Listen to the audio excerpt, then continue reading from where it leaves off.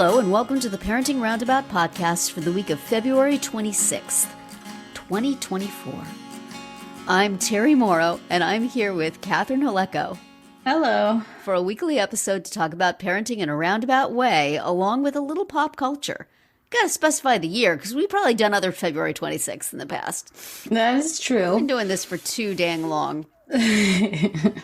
Yeah, and you specified the year, and whenever we look at our archive to pick what we're going to talk about, I'm always like, wait, 2023, that's in the archives now? That's yes. In the past? Wait a minute. Okay. Yep. Our lives are sliding right into the archives faster and faster, aren't they? That's right. Oh, dear. Well, as it is February, it is Lent. Yes, for those of us who observe. And I always try to give up something for Lent. I used to give up coffee, which was a perfect Lenten sacrifice for me for many, many years. And now I'm sort of taking it for medicinal purposes. I won't go into further detail, but I can't give up the coffee. Right. So I've kind of been playing around for other things. Last year I gave up social media, and that was hard. I bet. Not only hard to not do it, but super hard not to cheat, because it's like a 24/7. You could just click over there. You could just click over there. Just click on the tab. Right. Just click. And easy to forget that you're not supposed to be doing it. So this year, I was thinking about that, but then I realized the thing that had most been leading me into sin, the sin of sloth, was after dinner, sitting on the couch, putting a blanket over me, just going to close my eyes for a minute or two, and then I would wake up at 3 a.m. with all the things I had planned to do in the evening undone. Right. So I thought, you know what? I'm going to give up for Lent? I'm going to give up sitting on the couch. I'm not going to sit on the couch. So I piled up a bunch of pillows on my place on the couch so that I wouldn't forget. And with my family doubting that I could do it, I have gone a week now. Well, by the time you're listening to this, it will be over a week. But as we're recording this, it's been a week. And I have not sat on the couch. And 6 out of 7 days, I have stayed awake, stayed at my desk, done podcast stuff, done some work, just been productive right up until bedtime, put myself to bed at the time I want to go to bed. It's been great. Then last night, I was a little chilly after dinner, so I wrapped a blanket around me and sat on my son's old bed, which is in my office. It's not made up or anything, but it's there. And I'm just going to sit here for a few minutes with this blanket wrapped around me and warm up. And then I flopped down and I slept for the rest of the evening. So I am not perfect on, if my Lenten sacrifice was, I will not take a nap after dinner, I'd be in trouble. But it was not sit on the couch, and I did not sit on the couch. That's right. Turns out other comfortable surfaces can serve the same function as the couch. Right. And I will be careful with that in the future. But, we'll see how it goes. Still a long road ahead of me.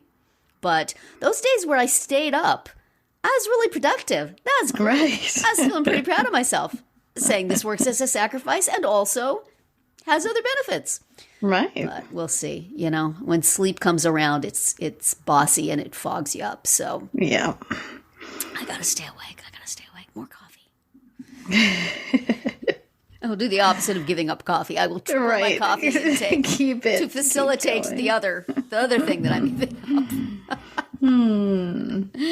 Oh, well, it's good. It's good to do these things. It's good to show a little self-restraint. The idea to do that came to me while I was praying, so I'm going to say it was divinely inspired. Yes. But just need to just sit in the desk chair again, or sit in a chair out by the TV, not on a surface on which I could stretch out if I wanted to. That's the thing. I don't think I would fall asleep. Or rest your head. Yes, exactly. The head needs to stay up. The head cannot go down. Right. Because sleep will lie to me and say it's just for a minute. And then it's hours. But of course, then when I go to bed, I can't fall asleep. But no, on the couch, on the the boys' old bed, though, at like a light. Right. Oh, bodies and brains are so weird, especially as we get older. That's right. Well, I was thinking about your sitting on the couch vow in the second episode of Reservation Dogs that we watched called Mabel, in which the whole community is gathering to, have a vigil at the bedside of Elora's grandmother. Yes. And, by the end, everyone is sleeping anywhere and everywhere in the house, on the couch, at the kitchen table. The kids are all lined up on the couch, leaning on each other, sleeping. Right. Yeah. That's one of the things I was supposed to do last night, by the way, when I fell asleep, was watch those. So you I had to watch them first thing in the morning. It's a good way to wake up, watch sad TV. Yeah. I thought these were, they were still just like beautiful to watch, Yes. I mean, the roofing, the first episode we watched was called Roofing, and it was Bear spending the day helping these 3 guys doing a roofing job. And it had suspense, it had potty humor, it had Bear having some really deep conversations with Daniel's dad, who turned out to be there. See, that's the thing. It's like it started out, it was going to be, Bear's going to be on this work site and he's going to get tweaked by the guys. And it's going to be kind of a lighthearted outing. And he's grown up a little bit and all that. And then one of the guys is Daniel's dad and they have this conversation. And it's back to the same thing, that these events have happened that have just caused everybody to be sort of cut loose in a way that they can't get back from. Right. Elora's mom and Daniel both have had this effect. And it's just, can't we just have one episode where everybody's happy? No. But by the end of it, Bear was feeling pretty good. Yes. He had some good chats with We didn't Daniel's see him dad. in any actual work for the money that he brought home, but okay. Yeah, he mostly just sat on the roof and tried not to fall off. Yeah. But he's feeling pretty good. And then Elora shows up at his window and he's real mad at her at first. And then she explains what's going on. And then we move to the next episode where her grandmother is dying.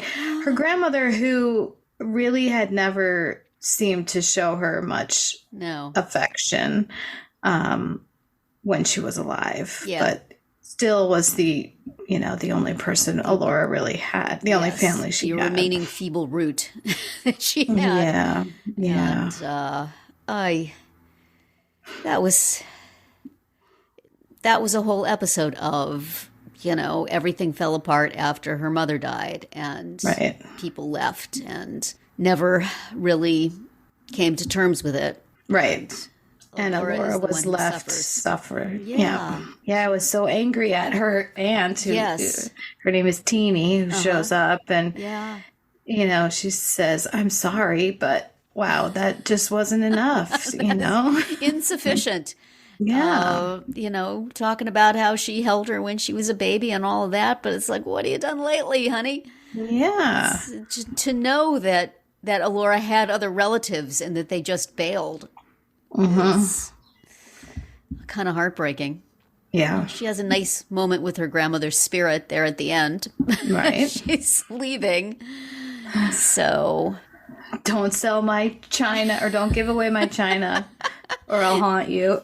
I'm thinking of this as we have a whole china cabinet of my mother-in-law's stuff downstairs. And I've been thinking, can I just donate this to the Rosary Society for their, for their sale in the summer carnival? Or is somebody going to come back to haunt me? Does anybody want this? Could put it upstairs with my mother's china, I guess.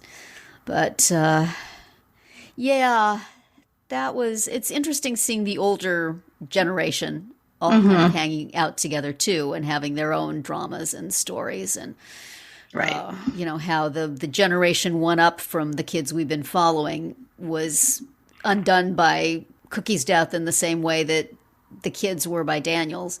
It just seems to be, I'm sure the generation up from that had their person also. Yeah, for sure. And yeah, that's the way it is. But well, and also, so sad, so sad. And Jackie's mom has the same thing going on where she lost a child and she can't deal with the child she still has. Right. Because of it. So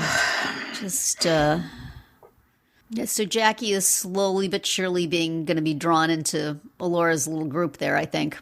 Right. They are dropping their defenses to some degree.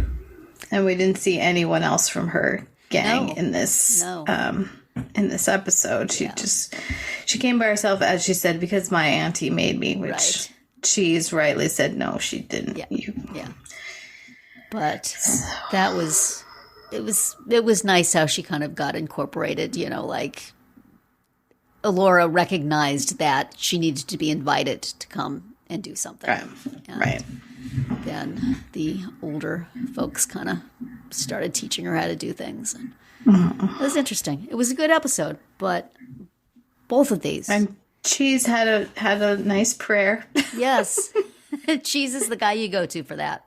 Yes. A long time ago in a galaxy far, far away. Well, why not? We're going to have a lighthearted episode of this thing. I don't think so. Oh, yeah. I don't know.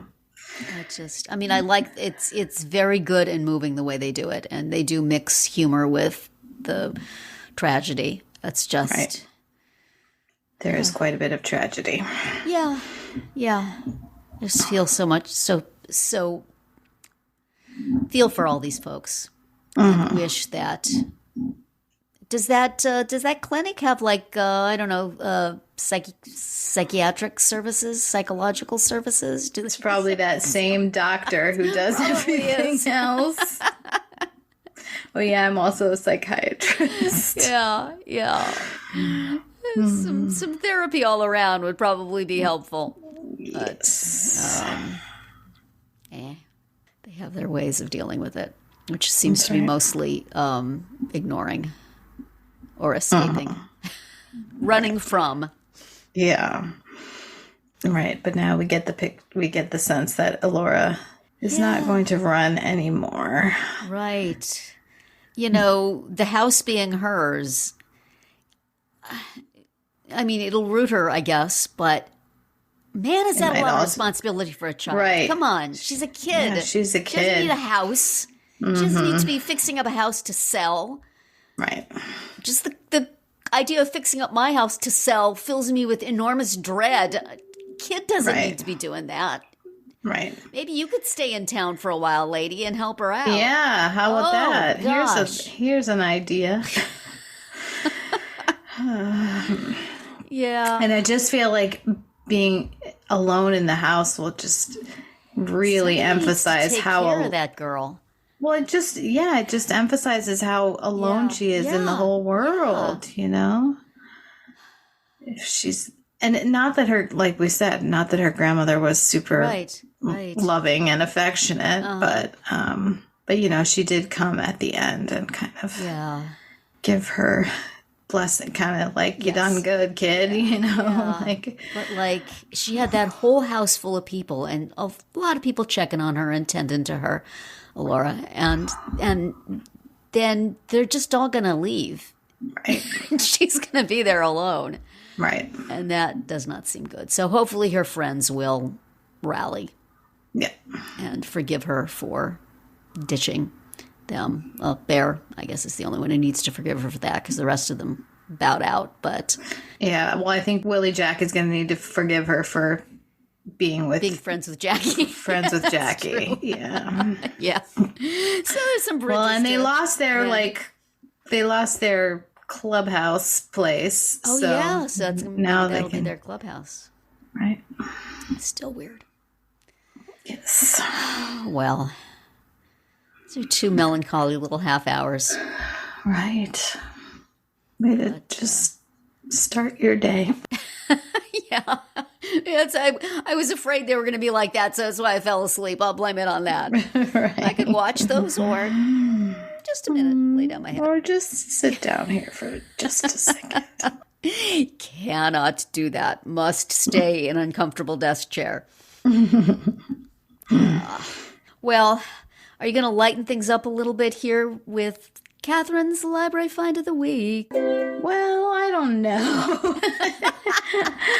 I have a novel. Oh, come on. I have a novel called Raft of Stars by Andrew Graff, and Right. it is actually the book club book, my book club book currently. But It's a book club book find of the week. well, the thing is that as a staff member, I'm able to put staff picks out on the display. So see. I could put this out, and then it would be a library find for someone else. I see. Okay. That's how I'm. There That's you how I'm go. That's seeing how it. You're That's how I'm justifying it. all right, that works. We don't have strict rules so- on this podcast. Goodness knows. So this is a book, and it's actually by a Wisconsin author, and it is set in the Northwoods of Wisconsin. And it is the story of two young boys who are about 10 years old. And one of them is spending the summer with his grandfather, and the other one lives with his mother has died, and he lives just with his father, who is an alcoholic and an abuser. You know, You aren't lightening the mood, No. Catherine. That sounds All like right. an episode of Reservation Dogs. Yes.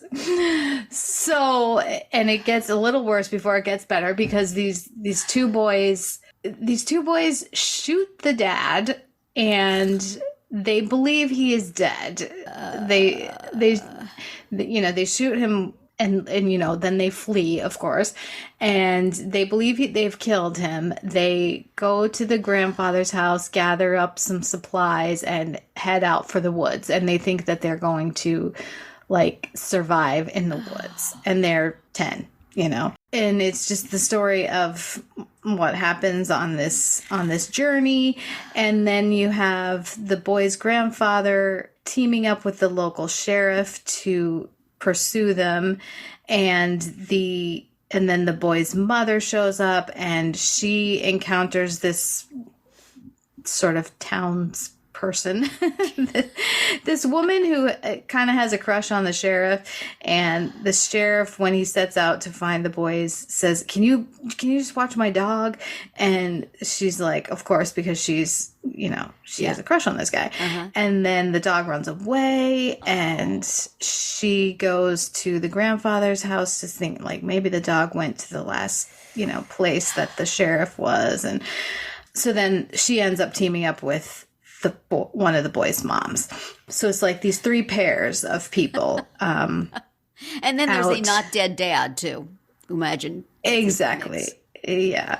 Well. So, but it's really beautifully written, and it's an unexpected story, and it's very well done, and it does have, I would say, it's not 100% happy ending, obviously, but things work out okay for these boys who did not actually kill someone.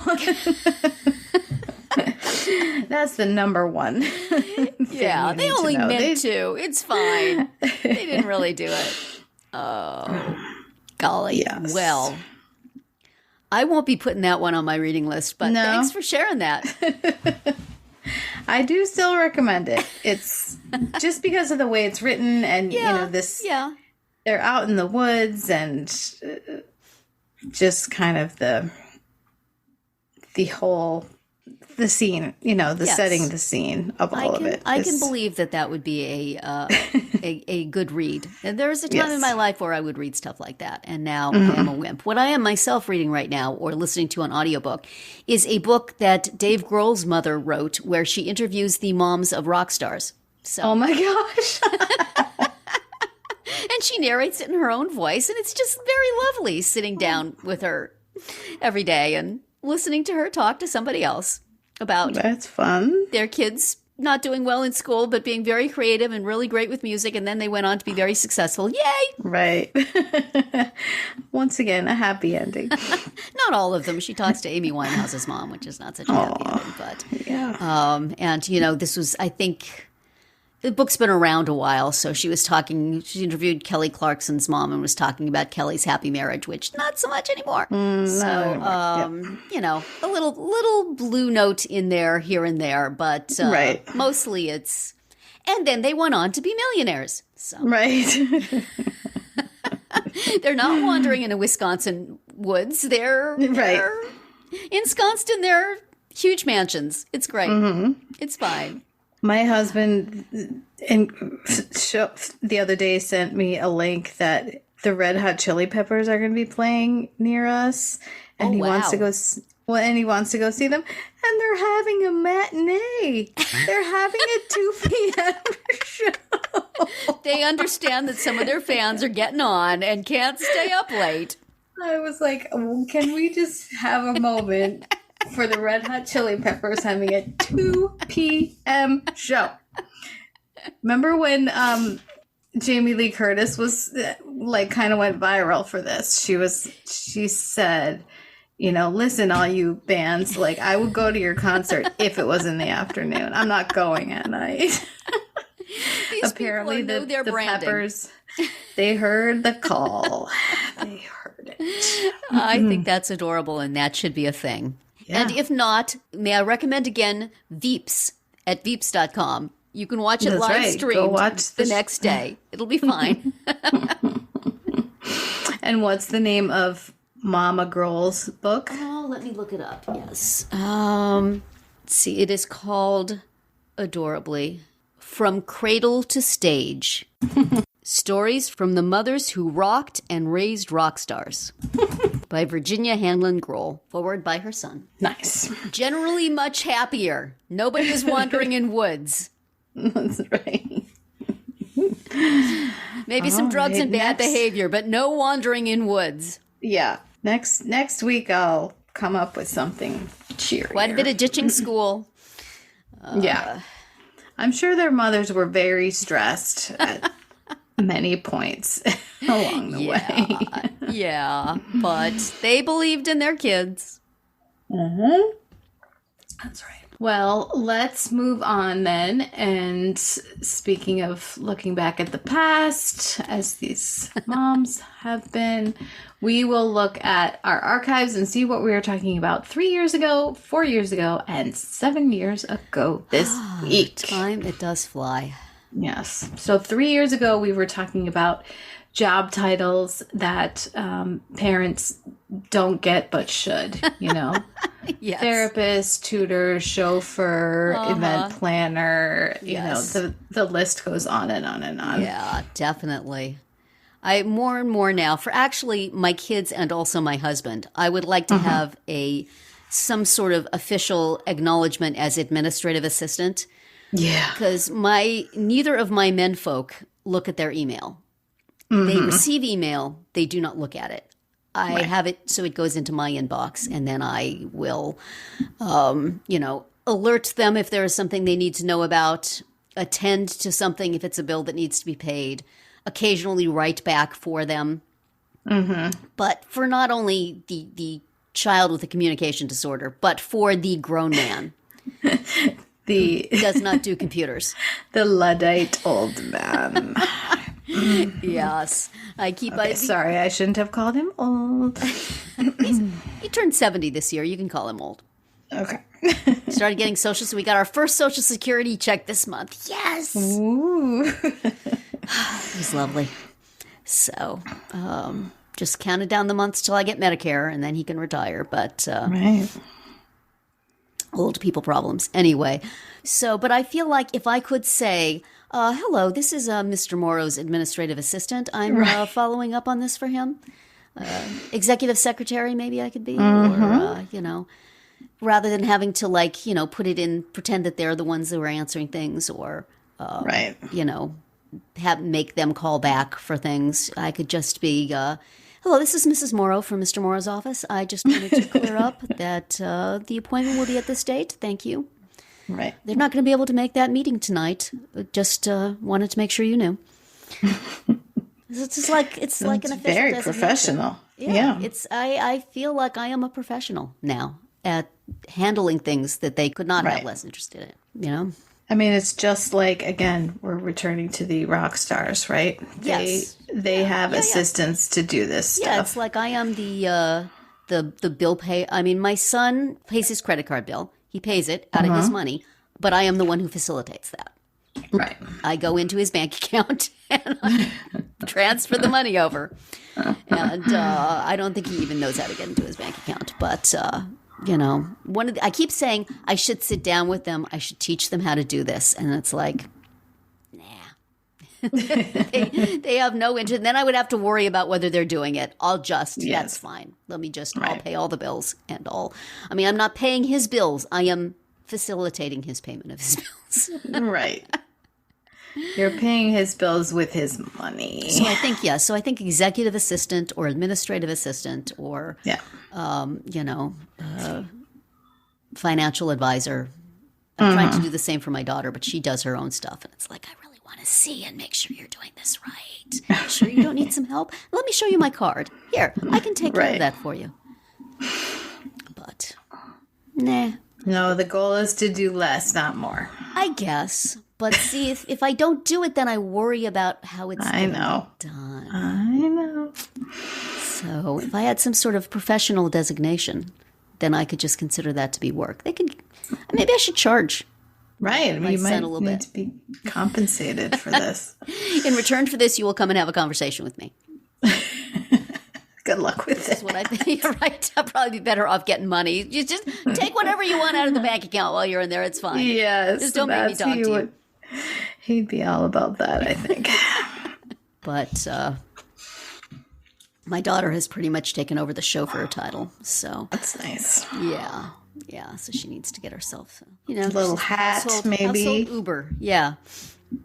Yeah, that's right. A business card. And then periodically they will go out and have lunch and he will pay. So I guess she's. Oh, that's nice. A couple of times he gets tips at work and a couple of times he's just given her cash. He says, thanks, right. That also sounds like something a rock star would do. Yes, exactly. Yes. Here, baby, get yourself something nice. That's right. We have all the trappings, but none of the fame and fortune. But if he ever decides he wants to go into that line of work, I'm ready. Yeah. Mrs. Girl, you studied with the best, and now you're lots ready. Of good stories. Mm-hmm. So are you feeling you were their college coach for a while. You were yes. You had the title of educational assistant. Right. Consultant.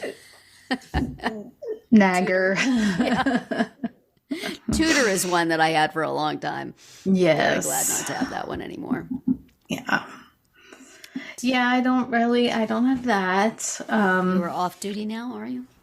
Well, I don't know if you could. You're a courier service sometimes. Yes, that's right. I think we talked about last week, my son had to pay a parking ticket, and so I had to. He said, "Bring me a check and a stamp," and so I did. I brought him because we were going to see him, and so I brought the stamp and I brought a blank check from my account, and he's like, "Well, this isn't." He's like, "What? I thought I was going to pay it with my account." I'm like, "Well, I don't think you have any checks. Did you get checks?" And he said, "No, there's some in my room." I'm like, "Really? Okay, well, I guess you're getting this one from us." Yeah. Yeah, So. Nobody uses checks. It's so weird when I have to write a check for something. Yeah. But I think my son has a pack of checks. I know where they are because I put them there for his account. I think he's used maybe 3. Yeah. And we have a checking account in that same bank that we never got checks for. And I was going to complain about it then, but then it's like, I can do it all online.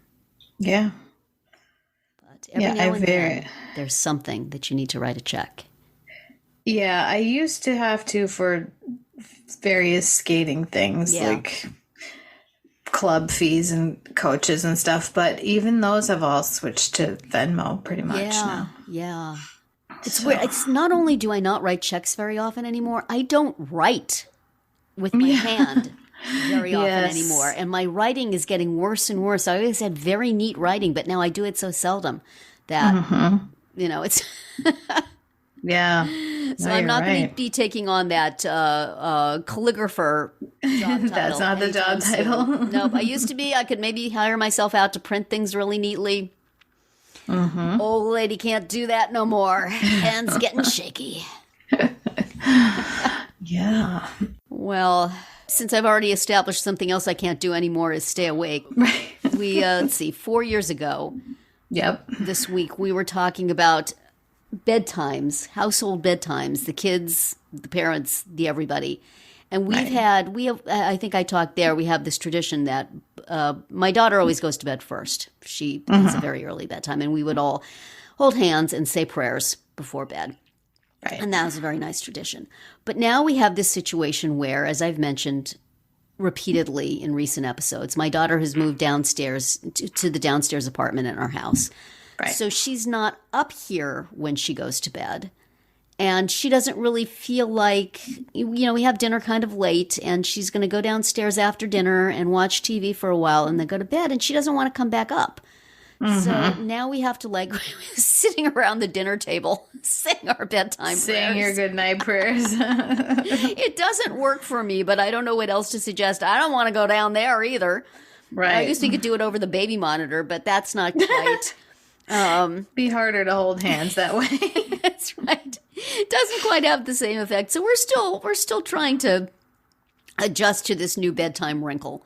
I still want us all saying prayers together, but it just doesn't seem right at dinner because most of us aren't going to bed for quite some time after that. And she's not either. She just doesn't want to. She can come up, right? She's a young person.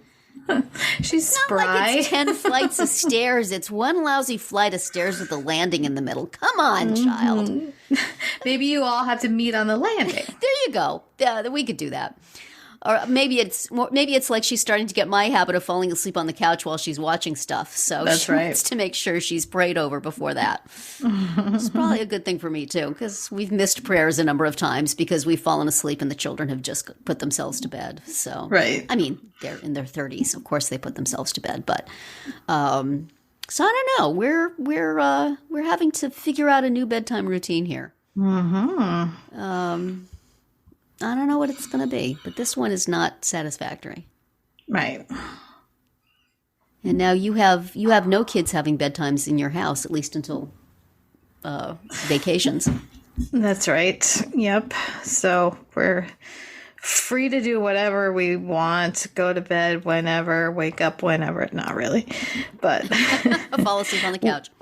yes, we just have the dogs that, long about 9:30, 10 o'clock, one dog starts hanging around at the bottom of the stairs like, guys, okay, it's about that time. Let's head on up. And I'm always telling him, like, go ahead. No one's stopping you from going upstairs and going to bed. You're an adult. You can go to bed whenever you want. That's right. You are 11 years old. So, but yeah, no, he's waiting for his what am I trying to say? His squad, his pack. He's waiting for his pack. The bed is cold without humans in it. Come on. That's right. I keep telling my husband, I know you want to sit out here and watch TV and fall asleep on the couch, but I'm going to bed. Come with me. I need you. Right. I need you to warm the bed up. Yes, I need that. An old warm marriage. body. This is what we've come to. You need something warm to snuggle up against. Mm-hmm. And I'm sure he doesn't want it to be the dog. No, he certainly does not want to be. Sometimes she's sleeping down on my daughter's bed now. But, he stays out by the TV anyway, and I just put a blanket on. But is the dog still confused about why? She is, yes. I think she's starting to adjust to it. I don't know. I went to the vet because she needed to have a rabies shot to get the city license, even though she had just gotten a rabies shot in June, so she wasn't due for another one. But now we filled her up with 3 years worth, so she's hopefully not. I asked the vet if that was okay, and he said, "Oh yeah, it's fine." So. Anyway, while we were there, I was asking him various questions, and I said, she gets anxious about change and stuff like that. And he said, oh, I have something for that. And he gave me this probiotic. Well, he sold it to me for a lot of money. That supposedly reduces dogs' anxiety and makes them happier. Have you ever used anything like that? It's like a Purina brand probiotic. It just made me think of, this was probably before your time, on Saturday Night Live, they had a fake commercial. It was puppy uppers and doggy downers. I mean, I know that they do prescribe actual down, Prozac to dogs, but not. I haven't tried it. We have used various supplements for sure. Yeah, well, it's a probiotic, which I think is not a drug, but something natural, right? Right. Well, a probiotic is like something that the bacteria in the gut feed upon. Okay. And I know he has said before. Or no, it's the actual bacteria. It's not the prebiotic is what feeds is the food for them. But the probiotic is a bacteria that tries to create a healthy gut biome. Yes. Well, she did have a problem with that for a while, and he said because of all the changes in her life is why she was having stomach problems. So he prescribed this particular type of food, and that helped.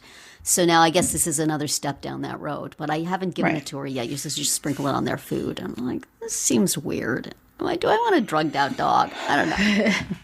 I don't think it would be just like have you ever taken a probiotic? I don't think I have. I used to give them to my kids, if they had to take an antibiotic, okay, then you can give them a probiotic so that they don't get the digestive consequences of having the antibiotic. The other reason I haven't tried it yet is because it was $40 for 30 pouches, and it's like, do I just keep giving these to her and keep paying $40 a month, or do I just give it every now and then, or what? I'm thinking about it. But I just edited a whole list of doggy probiotics. Did you really? Yes. Send me the link to that. I'll dig it up and send it to you. Yes. Well, what are our priorities as podcasters here? Clearly, it's not sticking on topic. But 7 years ago, we talked about our priorities as parents. Yes, I listened back to it and I was like, what did I say? And I actually thought it still made sense to me. Yes. What I had said back then, which was my priority is to raise a kid who didn't embarrass me. Well, isn't that what we all really just want? Right. Deep down. But then I went into okay, but if they're not embarrassing me, it means that they're basically a good person. That's right. That they're not bullying, that they're kind, that they're, sort of living up to their commitments and that kind of thing. So it's really hard because in the days of social media, it's so much easier for them to embarrass you. Right. Used to be they could only embarrass you amongst a small group of people, and now they can embarrass you in front of the whole world. But that's right. So, careful there, kids. Yes. Maybe I'll just change your passwords. But yeah, I don't remember what 7 years ago, I probably still had ambitions. Now I just pretty much just want them to be happy and have something to do. Looking back on the graphics we made for that episode, I see that what I said was, I have developed a 1 foot in front of the other, let's just get through today sort of philosophy. My priorities are just, at the end of the day, is everybody home and safe? Tomorrow we'll worry about tomorrow. In the long run, we'll worry about the long run. Those things are really hard. That's a happy, cheerful episode. But yeah, I think I was still a little bit with the child study team PTSD. from my kids of being in always having school. to set goals and Yeah, and the kids always being short and people telling me they're never going to amount to anything. And, I was fighting. Yes, they can do things. They can do this. They can do that. And then I was just probably 7 years ago getting to the point of, they're not going to do that, are they? So I was just saying, I'm not going to think about it. Just going to move forward, just going to move forward, just going to move forward. And now I guess I've made my peace with things because I just want them to be happy and healthy. I want them to have something to do, to get up in the morning and do. I would wish that they had full-time jobs, but if that never happens, at least what are they doing with the rest of that time? I would like them to have enough money to pay for their health insurance. That was always my plan, even from the beginning, that if they're never going to be able to work full time, if they can just make enough money to pay for their health insurance, they can live at home, we can take care of everything else. Right. And then I, in terms of having to fight battles for them, I was wanting much bigger things, but now that's where we are and it's fine. And, as I'm getting older and older and having my own things to worry about more and more, I think I'm letting things go more and more. I still worry about it because, we've talked about financial missteps that have been made and repercussions from that. So I do still in the back of my mind think maybe I should be paying more attention to stuff. But you know what? We're all adults now. 4 adults living in a house. And maybe I don't have any priorities as a parent anymore. I have priorities as an old person whose body is breaking down in various different annoying ways. Right. You can't see to yourself. Right. Help your mother down the stairs now. I'm the priority. Maybe I'm the priority. That's right. They have to help me. Yeah. I can't drive so well anymore, honey, so you're going to have to do all the pickups and drop-offs. I can't go downstairs, so you're going to have to come up here. Right. Yeah. And she does. That'd be nice. You do get to a point where you're the priority, right? Come on. No. You should, I feel like. That's the way I think about it anyway. It's probably on a day-to-day basis not the case, but, I still do have that worrying voice in the back of my head and that, every time there's a possibility of a job change, could it be full-time? Maybe it'll be full-time this time. Could it be a full-time job? But I'm much less intense about it than I used to be. And it's not even gritty one foot in front of the other. It's just, this is our life. This is fun. Right. Pretty good. Everybody seems to be okay. And if they're not, we deal with it. And I have 10 doctor's appointments next week. So right. That is your priority now. I need an administrative assistant for me. Where's my administrative assistant? This could be a full-time job for someone. It could be. There's a thing, I don't know if it's everywhere. I think it's called Umbrella. That's like people volunteering to do services like that for seniors. And it's the idea of it is so appealing, but how could you ever trust anybody? Yeah. That's if I could find a way to trust those people, I would have them here doing every dang thing. Please call the cable company for me, thanks. Yeah. Exactly. Anyway, well, my priority is now doing this podcast every week and getting it edited and getting it out and flooding social media with things that nobody ever looks at. These are my priorities. You're very good at it. Go, but the podcast keeps going. It marches on. It marches on. And it's marching right out right now. That's it for the Parenting Roundabout Weekly Roundup. Next week, we will watch Reservation Dogs Season 2, Episode 5, Wide Net, and Episode 6, Decolonization. Sounds like a very good. You can find all our episodes on Spreaker, Apple Podcasts, Amazon Music, or wherever you get your podcasts. You can find recaps, links, and an opportunity to comment on our website at parentingroundabout.com. You can also talk to us on our Facebook page, on Instagram, or on Twitter, where you'll find us at Roundabout Chat. And please visit our Amazon shop at amazon.com/shop/mamitude, where you can find links to a lot of the things we've talked about over the years. We'll see you back here next Tuesday. Goodbye, Catherine. Bye, Terri.